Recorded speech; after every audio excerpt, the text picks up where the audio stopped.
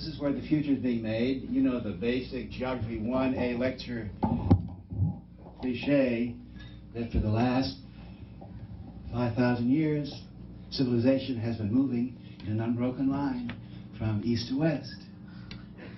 And those hour divisions, you know, Pacific time, Mountain time, those are not hours, those are centuries.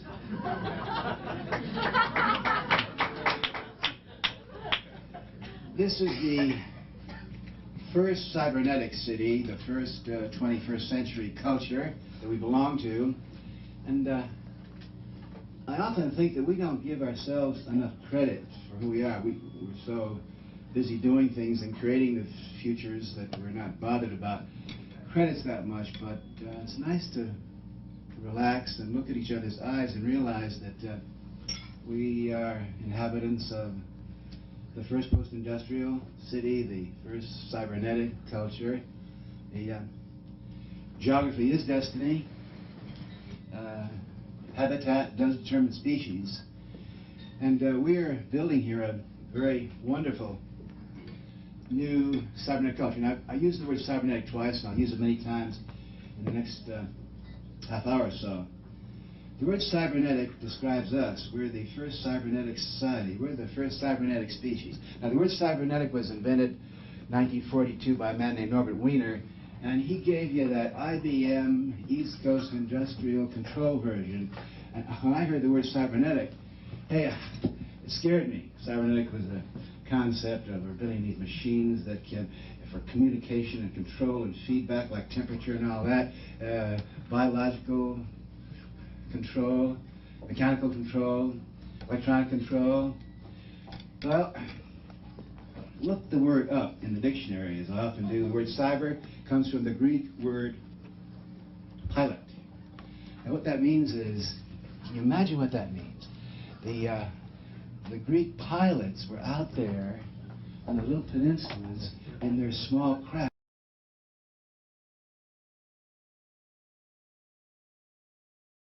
To the small boats. Meanwhile, you had Persia over there with their armies, and Babylon and Assyria and Egypt, but the Greek pilots were out there where they had no one to guide them except their own thinking. They had to figure out, looking at the tides and looking at the clouds and feeling the wind and checking the land birds and the sea birds, and you know, they had to make their own maps. So it was no accident when those Greek sailors got back to Athens, they began sitting around and deciding that they were going to pilot their own lives. It's no accident that the great humanistic, individual philosophies of the Western world came from Athens, from people who had learned how to think for themselves, check their navigational coordinates, and pilot their own way through life.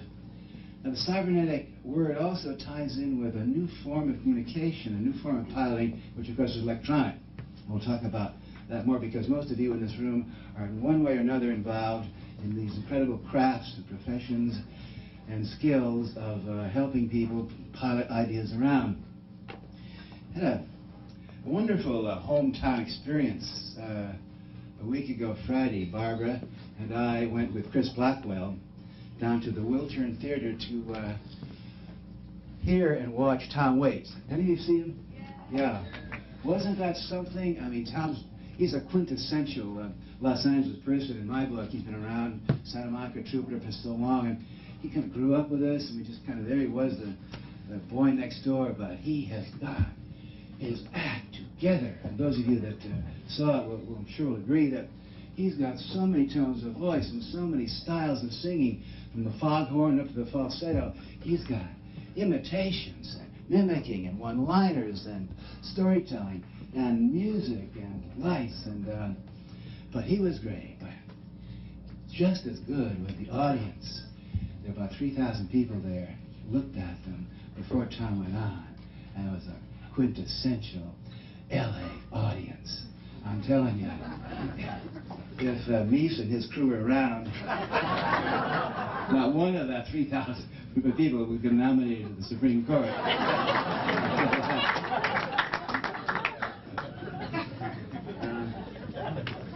Okay, this is the right place. We call LA the genetic runway. It's the golden rectangle. It's the launching pad from which the future is going to be set off.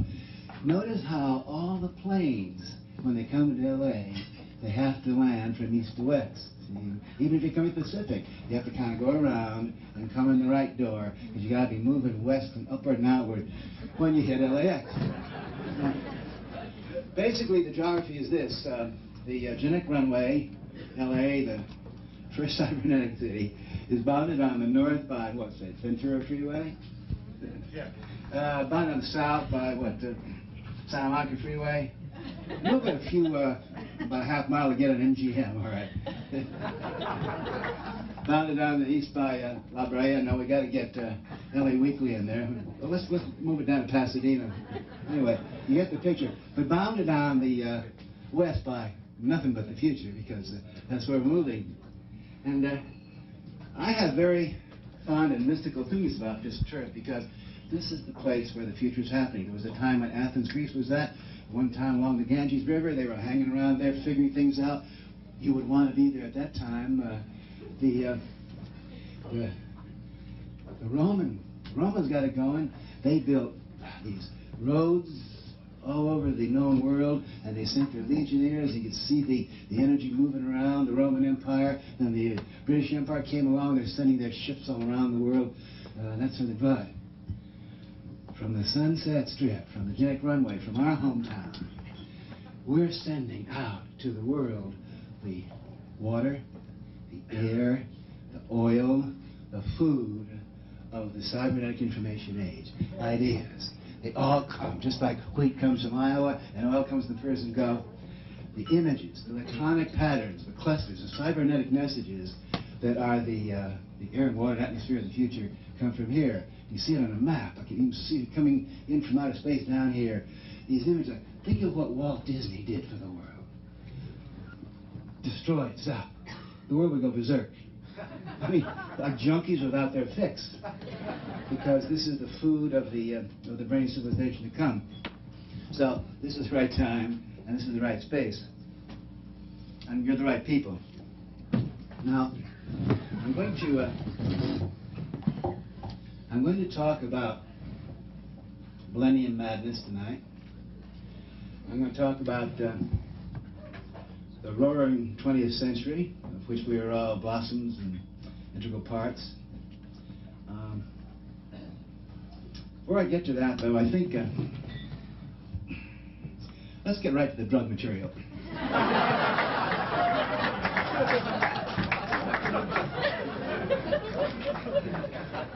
And for those of us that like to laugh and enjoy things, it's been an amusing psychedelic month, hasn't it?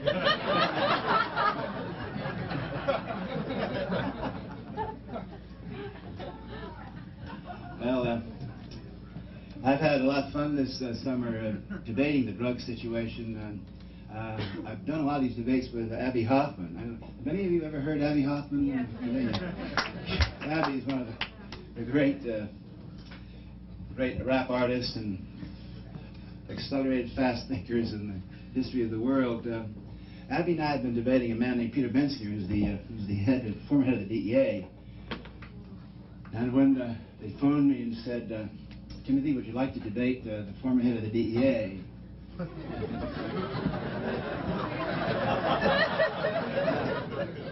Would David like to debate Goliath?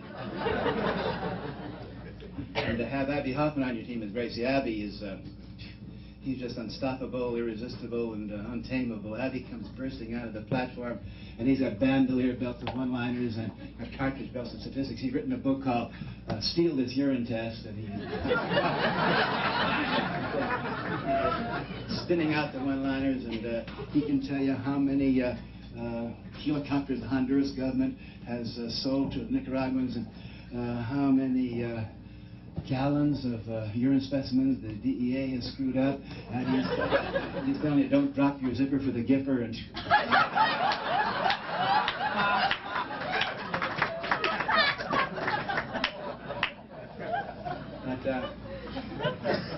the head of the DEA is very interesting, and I learned a great deal about Washington, D.C., and about law enforcement people, and about the war on drugs mentality by watching and listening to this man, Peter Bensinger, who for 8 years was the head of the prison system in Illinois, and for 5 years under Ford, Carter, and Reagan was the head of the dread DEA.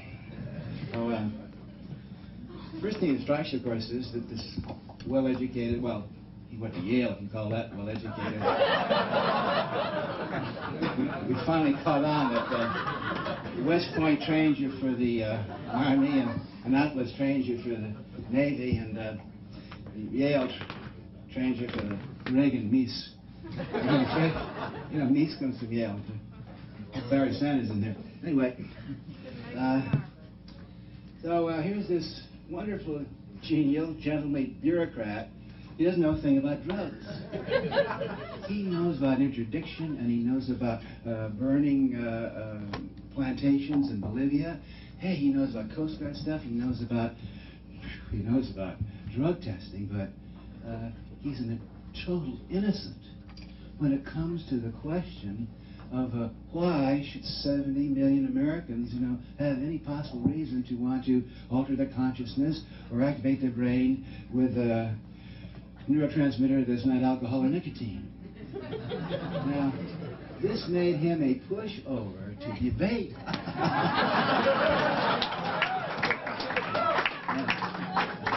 So the first few times we did this, Abby and I were just laughing our heads up because cocaine kills, big lie, marijuana kills, assassin of youth, killer of youth. Mr. Bensinger would stand in front of a college audience of 700 to 1,000 horny college students on a Friday night, and he'd say, boys and girls, listen to me. Marijuana does kill. The marijuana you're smoking today is 10 times stronger than it was 10 years ago.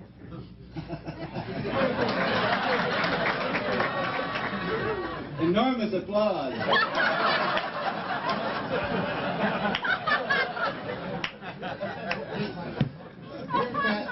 Bureaucrats get to such a position where they never listen to anyone from another point of view. And Nancy Reagan gives order to Mies, and Mies gives it to the Bensinger, and Bensinger gives it to the 17,000 agents, and they all go out. Yes, nobody raises a question of why. It's a shame, it's a tragedy, it's a disaster, it's an insult to American intelligence that that should happen. If you educated people how to use and not use cocaine, you'd cut that down to at least 100. Now, of course, in a country of 220 million people, you're going to have a bunch of self-destructive kooks that are going to overdose on mayonnaise and chocolate pudding, but basically, there's no reason why a well-educated society should have cocaine overdoses. The first thing you'd have to tell people, honest, scientific, common sense information is that there are two forms of cocaine. One is extremely dangerous, that's called crack or base or shoot cocaine. Taken in that form, it really is dangerous, no question of it, for about 2 minutes. You feel very good, no question of it. But then you come down. Mr. Bensinger has this great thing. He says, stay away from cocaine because it's true that for 2 minutes you feel wonderful and you perspire and your heart beats and my gosh, but then suddenly it's all over. And Abby Kaufman says, Mr. Bensinger, have you ever had an orgasm?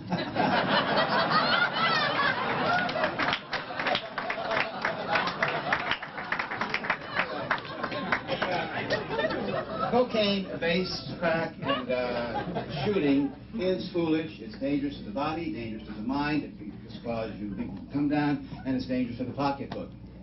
Now, on the other hand, tooting cocaine, you know, is not that dangerous.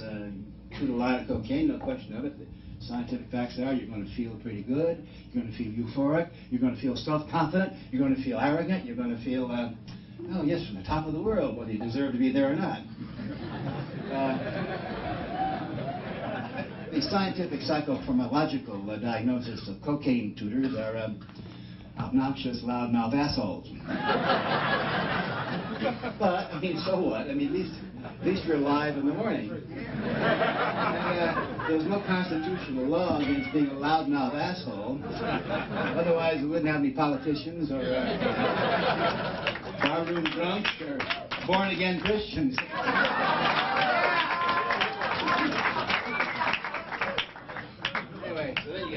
That's 300, 500 deaths. Now look at the scoreboard up there. Yeah, 10,000 deaths a year from handguns. But the problem with handguns is these guys with their handguns, they don't put that gunpowder up their nose and blow themselves away.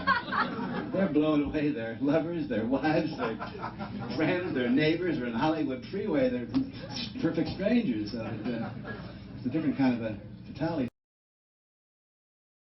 thing.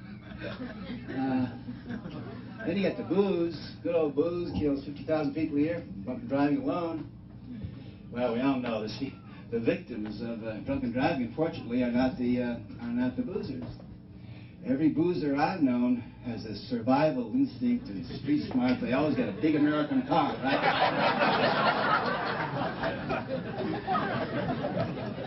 Oh yeah. Well, when you get nicotine, say 300,000 people die a year from nicotine, and Jesse Helms, the great right-wing moral majority guy, he's very much in favor of having tobacco subsidies, the state of North Carolina anyway. I forgot something here. Oh, yeah. See, I have to apologize to you. At the altitudes and accelerations that I've been navigating for the last 25 years, I've lost a lot of brain cells. There was that one time up by Neptune where there was a Grateful Dead concert. We all blew at least 100 million neurons an hour. Be very serious here. There are some side effects of psychedelic drugs. The first one is long-term memory gain. That can be very confusing. Then the short-term memory loss. I forget the third, but no, I remember the third. The third is deaths from marijuana. You forgot it too, didn't you? Think about it. Deaths from marijuana. Well, that was a real... See, I'm a scientist here. I'm basically a linguistic philosopher and linguistic scientist. And I like facts, Max, and let's bite the bullet.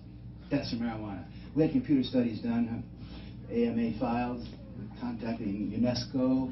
We contacted the top public health centers in the world, and the results came in, and they were pretty surprising and kind of sad. There have been 12 deaths due to marijuana in 25,000 years. One thing about just say no is the Republicans are so ill-mannered. We tell Zaki and we tell our young friends, say no thank you.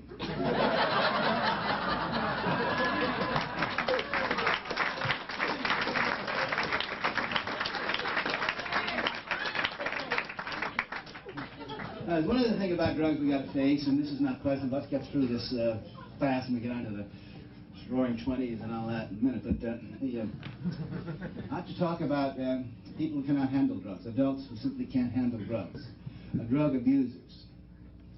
There's no one in this room that doesn't have a dear friend, relative, or close person attached that you love that probably hasn't had this problem. Roughly 10% of adults simply can't handle drugs. 10% can't handle booze. 10% can't handle sex. Can't handle money, gambling, bouncing checks. That's simply the way it is. Maybe Gene Pool, you're going to have that 10% that can't do it. And you got to, with as all of us have done, with friends that can't handle things, you got to be honest. We can't look the other way. We can't be afraid of their tempers or their emotion stuff. You've got to level with them and say, you can't do it. See, you say, I can't play basketball. I can't dunk with Kareem. You can't drink. You can't smoke pot. That's the way it is. The problem is, you know, though, there's more than that. People that become addicted to any of these things simply are crippled. You know, they are crippled, and you have to say to your friend, "I'm sorry," but you know, remember, the facts are that if you can't handle drugs, you can't handle reality. Hey, Willie Tomlin, you know, said to a bag woman, she says, "Well, reality is an excuse and a crutch for those that can't handle drugs." Because believe me, drugs at least are kind of predictable, you know. There's no drug that's as weird as current reality. You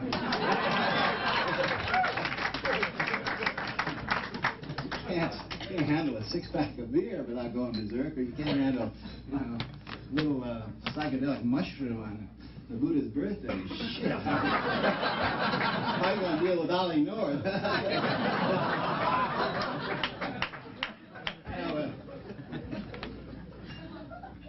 Listen, I've been around a lot of wild trips, and what's going on in the world today is makes the 60s look tame.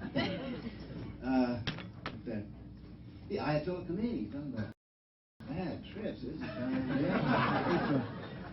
is Islamic countries from Morocco over to the Middle East into Indonesia. He's got hundreds of millions of those people going through some holy war against them. I mean, that's not practical.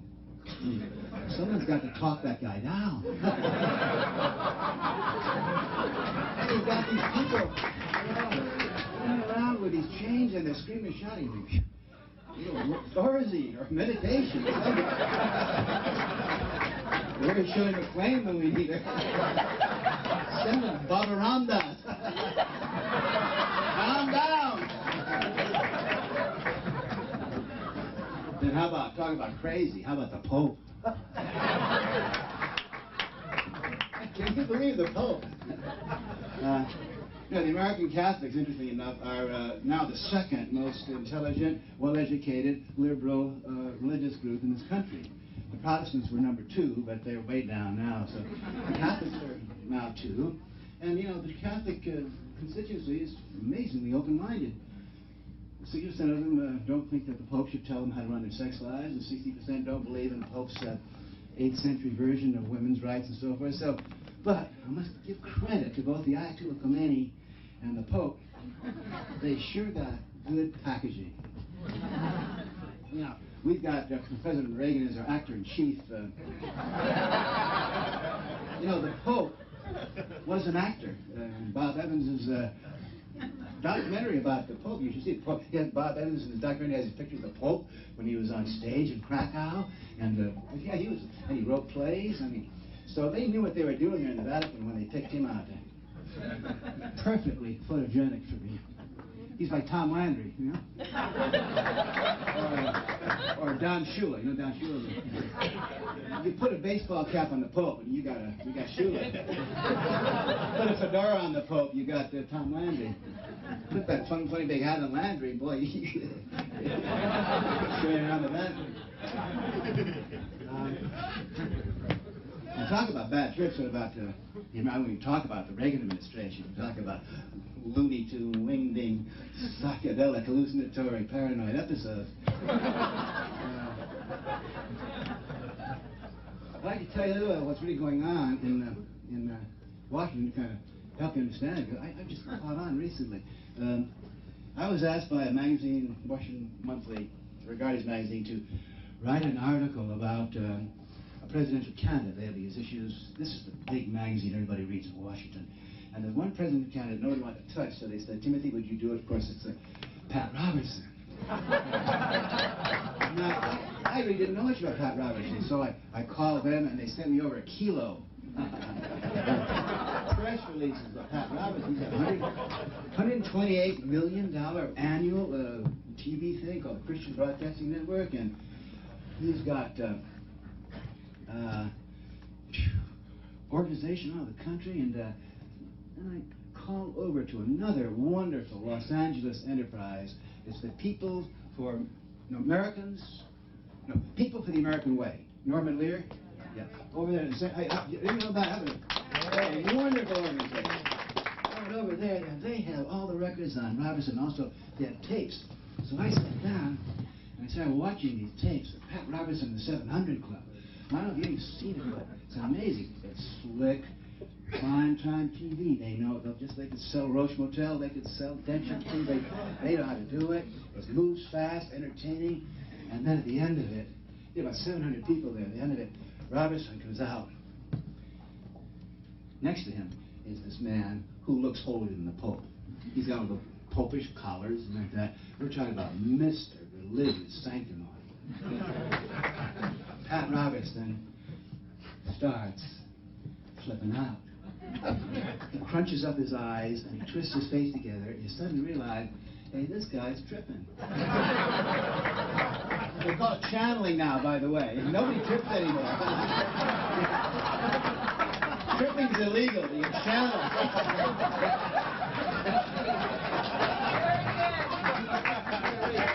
Going out to a motel with Phil McLean, we're going to channel. Oh, shit. He's notoriously in favor of genocide. You know, he's not friendly. Shirley MacLaine, Bob Dylan, a guy up there. So, Pat Ryerson talking about how terrible it is out here, Lord. And God, they got all these Democrats and liberals and homosexuals and secular humanists and Iranians. And meanwhile, they got their collars on. Praise the Lord. Praise the Lord. And Pat's wailing up there. They're going to do some arm us, Lord's what he did. Praise the Lord. And suddenly, the camera pans around the room. And there's 700 people there, and they're all holding hands, and they've all got that weird psychedelic look in their face, and Owsley Acid taking them around. And they're all screaming, praise the Lord and Jesus. Well, these turkeys are high as kites. I can tell. I've been around. I've been out in the Navajo Desert with Arizona, where the sky's black velvet and these enormous spotlights coming through from the stars, and you're sitting around the Hogan at cold night, and fires going, and they pick up the little logs and ashes, and they have the feathers and the rattles, and everyone's tuning into their own thing inside, I know that. When people are getting off. I was in Morocco with Bill Burroughs and Brian Geisen. We went up to the mountains, anyway, Rift Mountains. And there's this pagan tribe, been there 4,000 years, and they got the drums and Boujalou, the pagan god, and these funny cigarettes they're smoking, and these screaming pipes.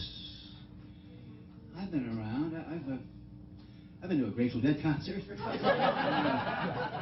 I know when people are, you see, that's what's happening. These people are involved in incredible shamanistic trance intoxication, which Tom Robbins calls millennium madness.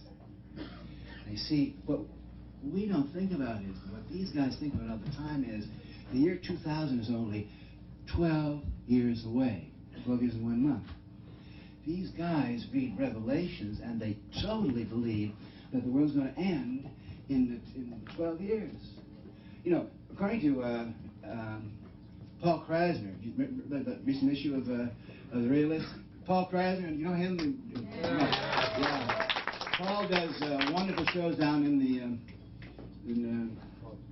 Wall and Boyd. Wall and Boyd, yeah. Catch him, by the way. He put out an issue of Realist recently. He's got this, his man in Washington told him that Mies brought in some kind of a faith healer, Christian, and said, exorcise the White House because the Arabs and the Texas oil people sent by the devil are trying to keep the war from starting over there, and Mies is afraid that the Armageddon war to end the world will not come in his lifetime, or at least in the Reagan administration. So that's why these guys are so impractical. They don't care about the $1 trillion budget, the deficit. They don't care about the balance of trade. And they don't care about acid rain. They don't care about what sending arms.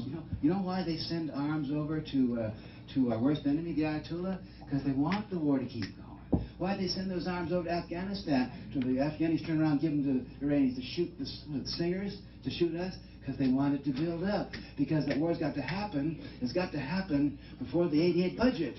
So, one thing that these millennium mad people think is practical, with their worldview, it's all going to end. And the big guy up there is going to come down and get all the white Protestant Lutherans to take them up there. The only sensible thing to do, the practical thing to do, is to get down on your knees in prayer. That's why prayer is cool. It's the logical survival technique.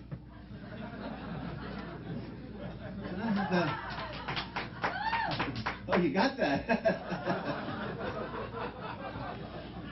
I have something to drink, like Coca-Cola or... How we doing, Zach?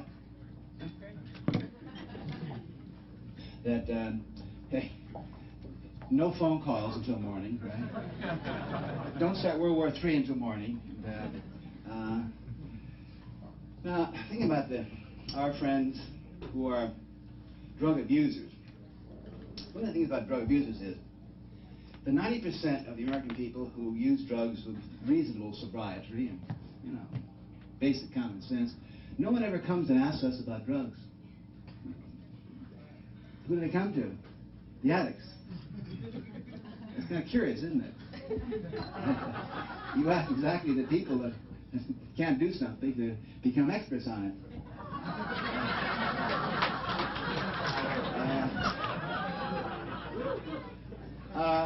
I'm sure you've all been quite astounded to see in People magazine people like David Crosby explaining everything about... Well, David Crosby, the great expert on drugs. Well, come in, Dr. Coffee. Tell us all about it. God, what are your scientific facts, David? Yeah.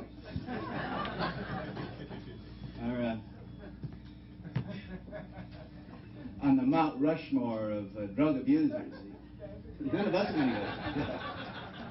Good old Ding Dong Dan, huh? Well, we all know Dan, he's been around 25 years, and Dennis is like Mount Rushmore, but geez, when Dennis became an expert on drug abuse, that really felt kind of weird. You know? Man, you don't know shit about drugs. What do you know about drugs? Well, when I was taking drugs, I used to think, man, you have a bottle of tequila before lunch and a buzz. What do you know about it, man? Man, what do you know about cocaine, man? I used to lay down. Give me a fountain pen, man. See that fountain pen? I used to lay down a line with 2 of them every 10 minutes, man. Give me my gun, will you? Okay. And don't give me shit about acid, man. Back in the 60s, man, we used to drop acid, hold hands, feel good, but at 2 o'clock in the morning, man, we were at our dealer's door with a gun in our hand. Hey, ding dong, Dan. Speak for yourself.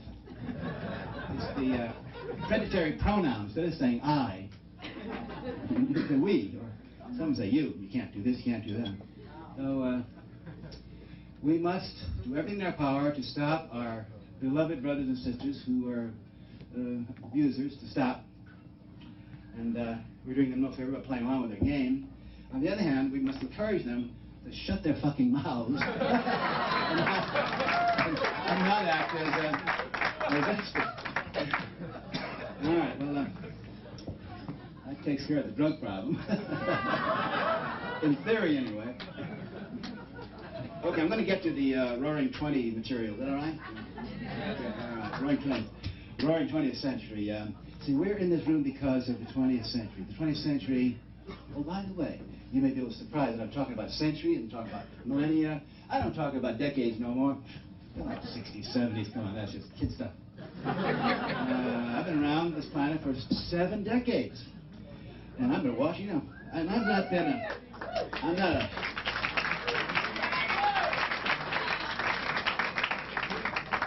not a couch potato. I'm an activist. If something's happening in any decade, I'm not there doing it or finding out because, you know, I want to know where this planet's going. And it's been an incredible century. Called the Roaring 20th century. It's the Cybernetics 20th century. It has created Hollywood, and Hollywood is the flower of 20th century culture. So I like it. Yeah. It started about the year 1900. More or less. Check my figures, will you? When 3 very far out German physicists announced the real reality of how things are in the universe. No Newtonian stuff. They gave you the real stuff. They're quantum physicists. The first was Einstein. Einstein said, everything is relative. There's no absolute space-time. My measurements of you depend upon where I'm going, how fast I'm going, and where you and how fast you're going. So you never see the same reality, and it's all relative. Oh, well, when that hit the fan, Nobody can handle that because all of the monotheisms, all the one God religions, all the religions that say there is one way, they can't have people going around saying things are relative, or it depends on your point of view. You can't run a religious dictatorship that way.